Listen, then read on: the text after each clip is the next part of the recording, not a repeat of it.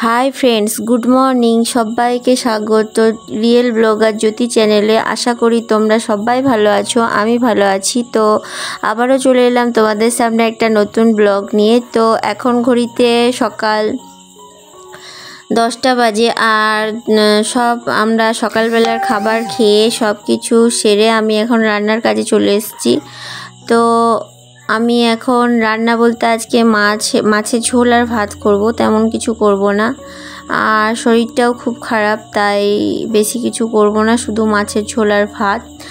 তো এদিকে আমি ভাত চাপিয়ে দিয়েছি, দিয়ে এখন আমি আলু কাটতে বসেছি। আলুটাকে প্রেসারে সেদ্ধ করে নেব, তাহলে তাড়াতাড়ি হবে। আর আসলে ছেলে প্রত্যেকটা রাত এত রাত অবধি জেগে থাকে যে ওর জন্য ভালো করে ঘুম হয় না, তার ফলে শরীরটা খুব ক্লান্ত ক্লান্ত লাগছে। তো প্রত্যেকটা দিন 12:30 একটার নিচে ঘুমোচ্ছে না। তো শরীরটা এত খারাপ লাগছে, তারপর থেকে আমি ঘুমোলেও আমি জোরের উপর আমি 3 ঘন্টা থেকে 3.5 ঘন্টা 4 ঘন্টা আমার ঘুম হয়। কারণ আমি সেই 1টার সময় যদি শুই তাহলে আমি সকালবেলা আবার 5টা 5:30টার দিকে আমার ঘুম ভেঙে যায়। তো আমি উঠে পড়ি, তার ফলে আমার ঘুমটা তেমন ভালো হয় না। আর ঘুম ভালো না হওয়ার কারণে প্রচুর শরীরটা খারাপ লাগছে। তো আমার আলুটা কেটে নিলাম, আর কয়েকটা পটল ছিল, তার মধ্যে পটলটা দিয়ে দেবো। যেহেতু পটল বেশি ছিল না, 4টে পটল পড়েছিল, তো ভাবলাম পটলটা কি হবে, তার সাথে মাছের সাথেই দিয়ে দিই। তো মাছের সাথেই কেটে পটলটা মাছের ঝোলেই দিয়ে দেবো। তো ওই জন্য পটলটাও কেটে নিচ্ছি। আর সকালবেলা আমি সব কাজকর্ম সেরে নিয়েছি, সেরে তারপর ছেলেকেও পড়িয়ে খাইয়ে দাইয়ে সব কিছু রেডি করে তারপর আমি রান্নার কাজে চলে এসেছি। তো সকালের কাজকর্মগুলো আমার আজকে শ্যুট করা হয়নি, ভাবলাম প্রায় তো আমি সকালের কাজকর্মগুলো শ্যুট করে তোমাদের দেখাই। তো আজকে আর সকালের কাজকর্ম দেখালাম না। তো আজকে রান্না বান্না থেকে শুরু করলাম, আর ভাবি প্রতিদিন তো একই রকম কাজ দেখায়, আজকে একটু ঘুরিয়ে অন্যরকম করার জন্য। তো ভাবলাম, তো তার জন্যই আজকে রান্না করা থেকে আজকে ভিডিওটা শ্যুট করছি। যতটা পারবো দেখানোর চেষ্টা করব রান্না থেকে শুরু করে। তো অন্যদিন সকাল থেকে কাজকর্ম শুরু করি, সেগুলো দেখাই, তারপর যতটা পারি রান্না দেখানোর চেষ্টা করি, তারপর মানে এই সবগুলো। আর আজকে একটু অন্যরকম, আজকে সকালের কাজকর্মগুলো দেখালাম না, আজকে রান্না থেকে শুরু করলাম। দিয়ে রান্না থেকে শুরু করে আমি রান্না করার পর যা করি সেগুলোই দেখানোর চেষ্টা করলাম। তো আমি থাম্বনেলে দিয়েছি যে যতই তার শরীর খারাপ হোক, শ্বশুর বাড়িতে তার দায়িত্ব কর্তব্যের খাতিরে তাকে উঠতেই হয়, কাজ করতেই হয়। তো সেরকমই। তো আমার প্রেসারে আলুটা সেদ্ধ হয়ে গেছে, নামিয়ে দিয়েছি। দিয়ে আমি এখন মাছটা ভেজে নেব। আর হাঁড়িতে এখনও ভাত হচ্ছে, কারণ ভাতটা একটু টাইম নিচ্ছে হতে। তো আমার মাছ মোটামুটি সব ভাজা কমপ্লিট হয়ে গেছে। তো এখন বলতে চেয়েছিলাম যে আমি দায়িত্ব কর্তব্য, আসলে দায়িত্ব আর কর্তব্যটা এমন জিনিস যে যত নেবে তার কাঁধে যত বেশি চেপে বসবে। তো সেরকম অবস্থা আমার। যেহেতু আমি শ্বশুরবাড়িতে আসার পর থেকেই আমি রান্না বান্না যত কিছু ঘর বাড়ি পরিষ্কার করার থেকে শুরু করে সব কিছুই আমি নিজের দায়িত্বে নিয়ে নিয়েছি বা করি। কারণ আমি কাজ করতে অভ্যস্ত, আর কাজ করতে ভালো লাগে, পরিষ্কার পরিচ্ছন্ন থাকতে ভালো লাগে। তো সবগুলোই নিজের মতো করে নিতে গিয়ে সব কিছু কাঁধে এসে চেপেছে, রান্না থেকে শুরু করে সব কিছুই।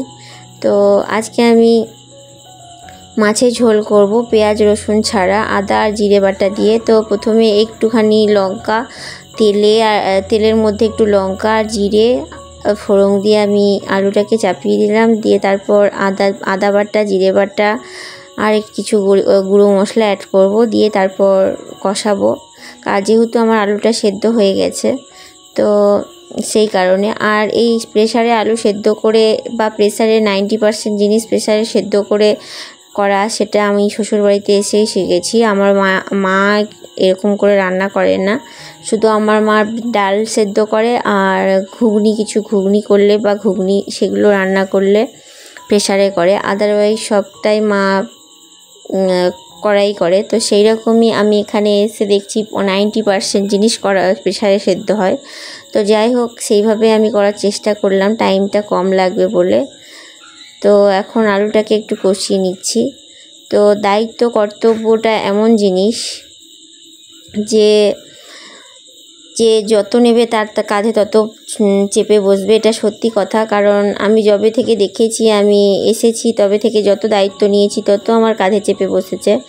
তো সেই রকমই যতই শরীর খারাপ হোক, যতই কিছু হোক, আমাকে উঠতেই হবে। কারণ একটা দায়িত্ব আছে, মায়ের দায়িত্ব, একটা দায়িত্ব আছে স্ত্রীর দায়িত্ব, তারপর শ্বশুর শাশুড়ি তো আছেই।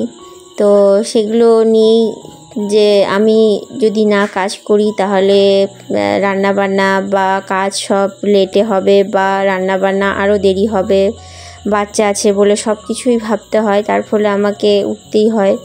তো মাছের ঝোল আমার হয়ে গেছে, দিয়ে আমি এখানে গ্যাসটাকে মুছে নিচ্ছি। আর শ্বশুরবাড়িতে এসে দায়িত্ব কর্তব্যটা আরও বেশি কাঁধে চাপে। কারণ এটা যদি আমি মায়ের কাছে থাকতাম তাহলে আজকে শরীর খারাপ হলেও আমার দায়িত্ব কর্তব্য নেওয়ার দরকার ছিল না। কারণ মা আছে সব ভূমিকা পালন করার জন্য। আর নাতির জন্য পরিপাটি করে রান্না করে মুখের সামনে দিয়ে দেওয়া, নাতিকে স্নান করানো, নাতিকে টেক কেয়ার করার জন্য এভরিথিং, তারা মায়ের থেকে কিছু কম নয়। তো সেই জন্যই মায়ের কাছে থাকলে দায়িত্ব কর্তব্যটা কী জিনিস হয়তো বুঝতে পারতাম না, কিন্তু মা দায়িত্ব কর্তব্য পালন করে দেখেছি। যতই কষ্ট হোক, আজও করে যাচ্ছে শরীর খারাপেও। সেই রকমই এখন নিজে সংসার করছি, এখন বুঝছি যে দায়িত্ব কর্তব্যটা কী। মা যেমন করছে তেমনটা বাবাও তাই, সেম বাবাও তাই করেছে। যতই ঝড় হোক, বৃষ্টি হোক, সবগুলোকে উপেক্ষা করে বাবা আমাদের জন্য সব দায়িত্ব কর্তব্য পালন করার জন্য বাবা আমাদের জন্য লড়াই করে গেছে। তো এটা প্রত্যেকটা মানুষের জীবনে এটা একটা বড় পার্ট, যেটা সবাইকেই করতে হয়। আর যারা দায়িত্ব কর্তব্য নেয় না বা নিতে চায় না, তাদের সংসার সাধারণত ভালো হয় না আমার মনে হয়। তো সেইভাবে সংসার তারা করেন না। আর যারা খুব দায়িত্বশীল হয় তারা সব দিক থেকেই ভাবে চিন্তে সব কিছুই করে। তো ভাবনা চিন্তা সব কিছুই তাদের থাকে। তো দায়িত্বটা কর্তব্যটা বাবা মাকে ভালো করে পালন করতে দেখেছি, ফলে আমার মধ্যেও চলে এসছে। তার ফলে আমিও ভাবি যে আমি যদি শুয়ে থাকি বা আমি যদি হাল ছেড়ে দিই তাহলে কি হবে। এই সব করতে গিয়ে আমাকে যতই কষ্ট হোক আমাকে উঠতে হয়। তো আমি রান্না সেরে নিয়েছি, দিয়ে রান্নাঘরটা মুছে নিলাম দেখতেই পেলে, দিয়ে এই ঘর এগুলো সব কিছু আমি গুছিয়ে রেখেছিলাম। তো রান্না করার পর আরেকবার করে আমাকে এগুলো সব গুছিয়ে নিতে হয়, ঝাড় নিতে হয়। কারণ ছেলে আছে বলে সে খেলা করে ঠানের সাথে, ফলে নোংরা করে। তো সেগুলো আমাকে আবার ঝাড় দিয়ে পরিষ্কার করে নিতে হয়। তো সেরকমই ঘরটা আবার আমি ঝাড় দিয়ে পরিষ্কার করে নিলাম। আর বারান্দাটা তো করেই নিয়েছি। তো ঝাড় দিয়ে পরিষ্কার করার পর আবার তোমাদেরকে একবার দেখিয়ে দিলাম ঘরটা। আর পরিচ্ছন্ন টিপটাপ থাক, এই সব করতে গিয়ে আরও শরীরটা আমি ক্লান্ত হয়ে যাই। তো আমি এখন ছেলেকে নিয়ে নিচে সেরে এখন ছেলেকে নিয়ে ওপরে চলে এলাম। দিয়ে এসে এখন আমি সকালবেলা কাপড় স্নান করেছিলাম, কাপড় কেচেছিলাম, সেগুলো শুকিয়ে গেছে। এখন ঘড়িতে বাজে হচ্ছে 1:30। তো ছেলেকে স্নান করাবো, ওর রোজ স্নান করতেও দেরি হয়ে যায় আমার সব সেরে আসতে। তো এখন কাপড়গুলোকে তুলে নিচ্ছি আর ছেলেকে সাবান টাবান মাখিয়ে দিচ্ছি। ও নিজেই জল ঢালছে বাথরুমে, জল ঢালতে দেবে না। তো আমি এখন কাপড়গুলো তুলে ঘরে নিয়ে আসছি, দিয়ে গুছিয়ে নেব। তো তারপর আমি ওকে স্নান করিয়ে আর নিচে নিয়ে যাব। তো এখন ওর জন্য ওর ঠান দোলনা করেছিল কাপড় দিয়ে। তো আমি ভাবলাম আমি তো ছোটোবেলা খুব চেপেছি, তাহলে একবার আমিও চেপে নিই। তো ছেলেকে নামিয়ে দিয়ে আমি চেপেছিলাম। তো ছেলে রেগে যাচ্ছিল, ওকে তুলতে বলছিল। তো যেই হোক, ওইটুকু একটু মজা করলাম কাজের ফাঁকে। তো তোমাদেরকে ওই মজাটা একটুখানি দেখিয়ে দিলাম। তো এখন আমি কাপড়টা গুছিয়ে নিচ্ছি। ছেলেকে স্নান করানো হয়ে গেছে, ওকে নিচে পাঠালাম যে আমি আসছি। ও নিচে গেল, দিয়ে আমি এখন কাপড় কটা গুছিয়ে নেবো। না তা নয় তো কাপড়গুলো এভাবে খাটের মধ্যে পড়ে থাকবে। দিয়ে আমাকে আবার ছেলেকে খাইয়ে দাইয়ে দিয়ে এসে তখন আমি আবার একটু গা ধুই বলতে কাপড়টা একটু কেচে নিই, রান্না বান্না সেরে ঘেমে যাই, তো তার ফলে আমি কাপড়টা আবার এক রাউন্ড কেচে দিই। তো তখন এসে আবার ছেলেকে ঘুম পাড়িয়ে দিয়ে আসি, তখন এসে আবার করব। তার ফলে ভাবলাম না, এলাম যখন তাহলে এই কটা গুছিয়েই যাই, তো সেই জন্য আমি সেগুলো গুছিয়ে দিচ্ছি। আর বেডশিটটা চেঞ্জ করেছিলাম, দিয়ে কাঁচা বেডশিটটা উপরে রেখে দেবো, আর নিচে বেডশিটটা একটা পেতেছি। তো ভালো বেডশিট পাততে ইচ্ছে করে না, ছেলের জন্য প্রচুর নোংরা করে। আর বাচ্চা থাকলে বুঝতেই পারো যে কত নোংরা হয়। যতই বলি যে নোংরা করবি না, আমি কেচে তুললাম, ততই বেশি নোংরা করে। তো আমি এগুলো এখন গুছিয়ে রেখে দিচ্ছি। তো জানি না ভিডিওটা তোমাদের কেমন লাগবে, যদি ভালো লেগে থাকে প্লিজ লাইক শেয়ার সাবস্ক্রাইব করে দিও। আর ভালোবেসে আমার পাশে থেকো। তোমরা যদি আমার পাশে না থাকো তাহলে আমি এই ইউটিউব জার্নিটা কিছুতেই করতে পারবো না। তো প্লিজ তোমরা আমার পাশে ভালোবেসে থেকো, আর একটা লাইক দিও যাতে করে পরবর্তী ভিডিও বানাতে আমি আরও মোটিভেট হই। তো এই দেখো আমার ওপরের ঘরটাও সব গুছিয়ে কমপ্লিট করে রেখেছি। তো এইখানে আগে ঠাকুর ছিল, এখন শ্বশুরের জন্য চৌকি পেতে রেখেছি, আর ওই ঘরটাতে ঠাকুর বসিয়েছি। তো ঘরটা এখনও ভালো মতো ঠিকঠাক হয়নি। তো ছেলেকে স্নান করিয়ে নিচে চলে এলাম, দিয়ে ও ভাত খাওয়ার আগেই দই বের করে বসে আছে। তো আজকের জন্য এইটুকুই। সবাই ভালো থেকো, সুস্থ থেকো।